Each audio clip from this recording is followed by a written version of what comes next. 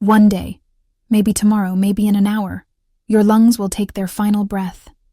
No editing, no spin, no let me explain. No campaign manager to coach you through Judgment Day. Just you, unfiltered, unmasked, caught in perfect spiritual 4K. And the terrifying part? You might die as a stranger to the person God created you to be. Look around. The world is full of people who traded their soul for a spotlight and think God is obligated to pretend not to notice. We've got public figures bending themselves into human pretzels for approval.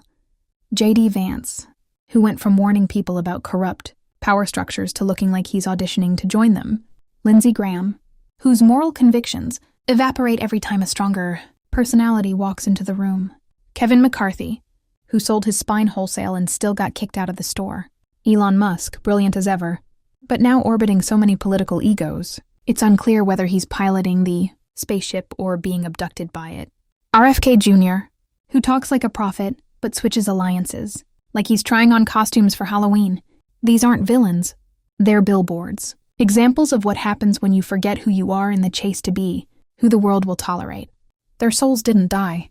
They just got buried under layers of compromise.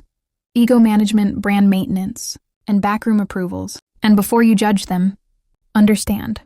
This is exactly what the world wants from all of us. Be flexible, be agreeable, be marketable, be silent, be whatever keeps the doors open. But God isn't impressed by your ability to shapeshift. He's not grading your performance review. He's looking at the part of you that can't be photoshopped. Your character. Don't act shocked when heaven says, "This isn't who you became." People love to imagine God as a soft-spoken, cosmic HR manager who just stamps approved on every soul like a participation award. But heaven is a kingdom built on humility, holiness, sacrifice, patience, gentleness, self-control, love, moral courage. Try saying any of those words in a boardroom, a Senate hearing, or a billionaire's bunker and watch people cringe like you cursed at them. The fruits of the Spirit are weak, but scheming, bribery, betrayal, clout hunting, and moral flip-flopping are leadership. Be serious. Hell doesn't need to seduce modern people anymore. They're already training for it, with pride as their scripture, greed as their prayer, and ego as their God.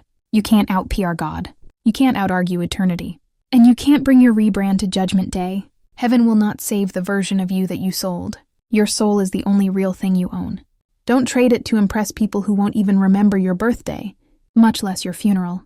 Because when that final breath comes, and it will, you'll stand before God holding only one thing, the person you actually became. Make sure it's someone who belongs where you're hoping to go.